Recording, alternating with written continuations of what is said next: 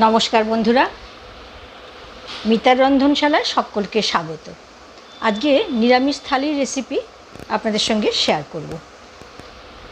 পুজো এসে গেছে, আর পুজোতে আমরা অনেকেই ষষ্ঠী অষ্টমীতে নিরামিষ খাবারই খেয়ে থাকি। সেরকম একটা নিরামিষ থালি যেটা অনেকেই পছন্দ করেন, এরকমই রেসিপিগুলো আমি আপনাদের সঙ্গে শেয়ার করছি। তা চলুন সময় নষ্ট না করে শুরু করে দেওয়া যাক। আমি এখানে খুব শর্টে দেখিয়েছি, কারণ সময় কম আর রেসিপির সংখ্যাও বেশি, সেই জন্য। প্রথমে কড়াইয়ে তেল দিয়ে একটু হিং দিয়ে দিলাম। আলু মটরের সবজি দেখাবো, যেটা রুটি লুচি পরোটার সঙ্গে খেতে দারুণ লাগে। হিংটা একটু ভেজে নিয়ে 1 চা চামচ সাদা জিরে দিলাম, 1 চা চামচ আদা বাটা দিলাম, 1 চা চামচ লঙ্কা বাটা দিলাম। লঙ্কার পরিমাণটা যে যার স্বাদ অনুযায়ী ব্যবহার করবেন। একটা মিডিয়াম সাইজ টমেটো কেটে সামান্য লবণ দিয়ে দিলাম আর হলুদ দিয়ে দিলাম। টমেটোটা একটু মজে আসলে ধনের গুঁড়ো দিয়ে দিলাম। এরপরে একটু জল দিয়ে টমেটোটা একেবারে নরম হয়ে যাওয়া পর্যন্ত একটু রান্না করে নিতে হবে। ঢাকা চাপা দিয়ে দিলাম।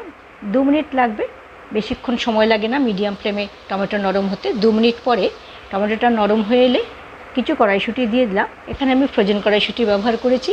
আর কালারটা ভালো হওয়ার জন্যে দিয়ে দিলাম কাশ্মীরি লাল লঙ্কার গুঁড়ো। সব কিছু দিয়ে নাড়াচাড়া করে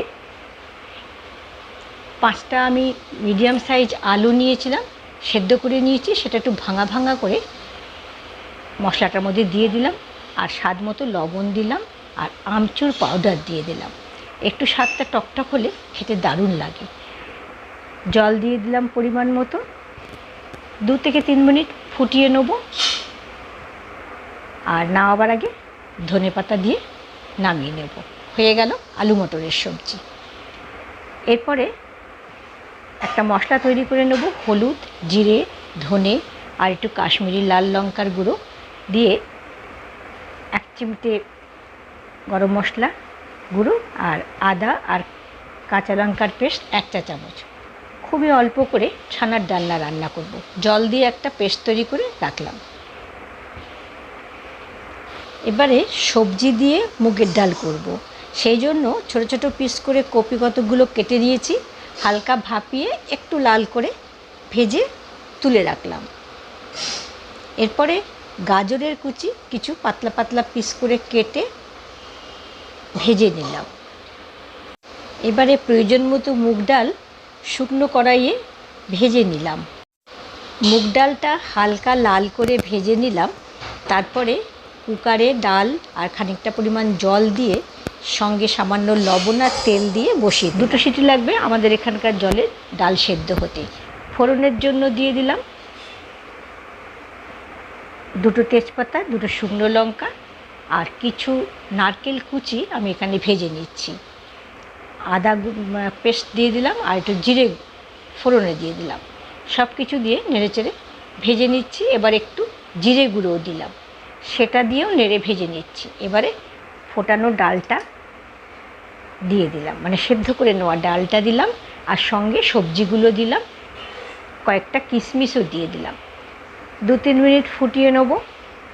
না বারে একটু চিনি দিয়ে অল্প ঘি দিয়ে নামিয়ে নেব। এবারে করব তিল পটল। এই জন্য পটলগুলো এভাবে কেটে নিয়েছি আর আলুগুলোকেও লম্বা লম্বা পিস করে কেটে নিয়েছি।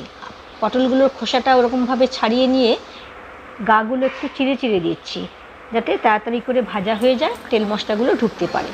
এবারে পটলটাকে সামান্য জলেতে ভাপিয়ে নেব। আর মশলা হিসেবে দেবো তিল 2 টেবিল চামচ আর সঙ্গে কিছু আমন্ড আর কাজুর টুকরো নিয়ে বেটে নেব। পটলগুলোকে ভাপিয়ে নেওয়ার পরে হালকা লাল করে ভেজে তুলে রাখছি। আলুগুলোকেও এরপর ওই একটু সামান্য ভেজে নেব, লবণ আর হলুদ দিয়ে ভেজে তুলে নিচ্ছি। এবার কড়াইয়ে 1 টেবিল চামচ সর্ষে তেল দিয়ে কালো জিরে ফোড়নে দিলাম আর দিচ্ছি তিল আর আমন্ড বাটাটা পেস্ট করে যেটা রাখলাম সেটা দিয়ে আর হলুদ দিয়ে সামান্য লবণ দিয়ে কষিয়ে নেব। খানিকটা কষা হলে দেব কাঁচা লঙ্কার পেস্ট অল্প করে, কারণ এই রান্নাটা খুব একটা ঝাল ভালো লাগে না। এরপরে আলু আর পটল ভাজাগুলো দিয়ে দিলাম। ভালো করে নাড়াচাড়া করে 3 মিনিটের মতো লাগবে। এরপরে ওই পেস্টটা যেখানে যে মিক্সিতে বেটেছিলাম সেটা ধুয়ে 1 কাপের মতো জল দিয়ে দিলাম, সামান্য চিনি দিয়ে দিলাম, একটু মিষ্টি মিষ্টি স্বাদ এই রান্নাটায় ভালো লাগে। 2 মিনিট ফুটিয়ে নেবো নাড়াচাড়া করে। তৈরি হয়ে গেল আমাদের তিল পটল। এবার ছানার ডালনাটার জন্য আগে মশলা তৈরি করে রেখেছি। এবার ছানাটাকে একটু লবণ, একটু চিনি, সামান্য হলুদ আর সামান্য জিরে গুঁড়ো দিয়ে ভালো করে মেখে নেব। তারপরে গোলা করে গোল গোল করে তেলে ভেজে নেব, লালচে করে ভেজে তুলে রাখব। ছানার ডালনায় আলু দেবো, সেজন্য একটা বড় সাইজের আলু এরকম টুকরো করে হালকা সেদ্ধ করে নিয়েছি, সেটাও ভেজে তুলে রাখলাম। ফোড়নে দিলাম তেজপাতা আর গোটা গরম মশলা, এরপরে জিরে দিলাম, জিরে দিয়েও ভেজে নিলাম। পরিমাণগুলো কিন্তু আপনাদের প্রয়োজন অনুযায়ী ব্যবহার করবেন। এই রান্না অতি সহজ, সবাই পারে। আর যে মশলাটা আমি বেশ কিছুক্ষণ আগে তৈরি করে রেখেছিলাম, মশলাটা দিয়ে দিলাম, সঙ্গে লবণ চিনিও দিয়ে দিলাম, নাড়াচাড়া করে নিলাম। আর দিয়ে দিলাম টমেটো সস। আমি এখানে টমেটো, কাঁচা টমেটো ব্যবহার করব না, কারণ টক টক লাগে, খেতে ভালো লাগে না। টমেটো সস দিলে কিন্তু খেতে ভালো হয়। তারপরে কষিয়ে নিয়ে পরিমাণ মতো জল দিয়ে দিলাম। জলটা ফুটে উঠলে বড়া ভাজাগুলো, মানে ছানার বড়া ভাজাগুলোকে দিয়ে দিলাম। দিয়েও 2 থেকে 3 মিনিট ফুটিয়ে নেব, ঘি দিয়ে নামিয়ে নেব। হয়ে গেল ছানার ডালনা। এরপর কড়াইয়ে 2 টেবিল চামচ ঘি দিয়ে একটা তেজপাতা দিলাম, আর দিলাম প্রয়োজন মতো সিমুই। সিমুইটা দিয়ে নেড়েচেড়ে লালচে করে ভেজে নিতে হবে। 2 থেকে 3 মিনিট মিডিয়াম ফ্লেমে ভাজলে এরকম ভাজাটা হয়ে যাবে। ভাজার সময়, সিমুইটা ভাজার সময় আমি কিছু কাজু কিশমিশের সঙ্গে ভেজে নেব। আলাদা করে না ভেজে এর সঙ্গে ভেজে নিলেও হবে। লালচে করে ভাজা হয়ে গেলে যতটা সিমুই তার ডবলেরও বেশি, মানে 3 গুণ পরিমাণে দুধ দিতে হবে। দুধ দিয়ে দিলাম, আর আমি দিচ্ছি 2 টেবিল চামচ পরিমাণ গুঁড়ো দুধ। ফুটে ওঠার পর, নরম হয়ে যাওয়ার পর সিমুইটা একটু এলাচের গুঁড়ো দিলাম। তৈরি হয়ে গেল আমাদের সিমুইয়ের পায়েস। এবার চাটনি, পেঁপের চাটনির জন্য পাতলা পাতলা করে পেঁপে কেটে নিয়েছি। তারপর এটাকে একটু ভাপিয়ে নিলাম। খুব নরম হবে না, সামান্য নরম হবে। এরকমভাবে টিপলে গলে যাবে না, কিন্তু নরম হয়েছে। এরকমভাবে নরম হলে ছাকনায় ছেঁকে নিলাম। এবার একটা চিনির শিরা তৈরি করতে হবে। 1 কাপ চিনি আর 1/4 কাপ জল দিয়ে একটা চটচটে চিনির শিরা তৈরি করে নিলাম। এর মধ্যে এবারে পেঁপেগুলোকে ঢেলে বেশ কিছুক্ষণ ফোটাতে হবে। প্রথমে পেঁপে থেকে যেটুকু জল বেরোবার বেরিয়ে গিয়ে এটা লিকুইডটা পরিমাণটা বেড়ে যাবে। তারপরে আবার এটাকে টেনে শুকিয়ে নিতে হবে। বেশ শুকিয়ে এলে আমরা কাজু আর কিশমিশ দিয়ে নাড়াচাড়া করে নেব। দেখুন এইরকম হবে পেঁপেগুলোর চেহারাটা, মানে প্লাস্টিকের মতো দেখতে হবে চিনি দিয়ে ফোটাবার পর, সেই জন্য এর নাম প্লাস্টিক চাটনি। নামাবার আগে একটু লেবুর রস, মানে আমি 2টো লেবুর রস দিয়ে নামিয়েছি, টক টক স্বাদ হবে, খেতে ভালো লাগবে। এবার হচ্ছে জিরা রাইস। কিছুটা পরিমাণ সাদা তেল দিয়ে গোটা গরম মশলার সঙ্গে একটা বড় এলাচ ভেজে নিলাম, আর সাদা জিরে দিয়ে দিলাম 2 টেবিল চামচ। আমি 1 বাটি বাসমতি রাইস ভালো করে ধুয়ে আধা ঘন্টা ভিজিয়ে রেখে তারপরে জল ঝরিয়ে নিয়ে এই ভাজার মধ্যে দিয়ে দিলাম।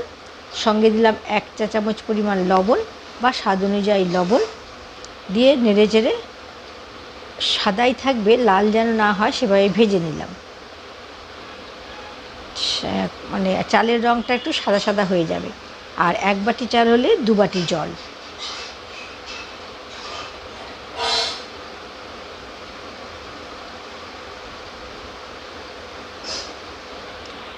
এরপরে সামান্য লেবুর রস দিলাম, যাতে বেশ ঝরঝরে হয় আর রঙটাও ভালো হয় ভাতে। দিয়ে ঢেকে দিলাম 7 থেকে 8 মিনিটের জন্য। 8 মিনিট পরে ঢাকা টাপাটা খুলে তলায় বেশ খানিকটা জল আছে, নাড়িয়ে দিলাম। তারপরে আবারও 3 থেকে 4 মিনিট একদম মিডিয়াম টু লো, একেবারে লো ফ্লেমেতে বসিয়ে রাখবো। আগে কিন্তু মিডিয়াম টু লোই দিয়েছিলাম, আর এবার একদম লো ফ্লেমেতে। তৈরি হয়ে গেছে আমাদের ঝরঝরে জিরা রাইস। রেসিপিগুলো রান্নার শেষে রাইস এবং লুচিটা আমি ভেজে নিচ্ছি। এগুলো গরম গরম থাকলে খাবারটা খেতে ভালো লাগে। লুচি হচ্ছে নর্মালভাবেই লুচি ভাজা, সেটা সবাই জানেন, এটা আর আলাদা করে বললাম না। এবারে পরিবেশন করে দেব। প্রথমে দিলাম জিরা রাইস, এরপরে পাঁপড় ভাজা, লুচি, মুগের ডাল সবজি দিয়ে,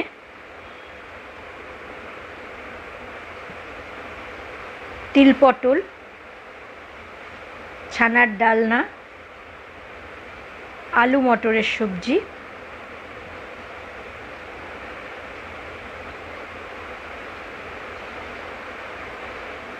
আর প্লাস্টিক চাটনি এরপর দিয়ে দিলাম আলাদা প্লেটে করে।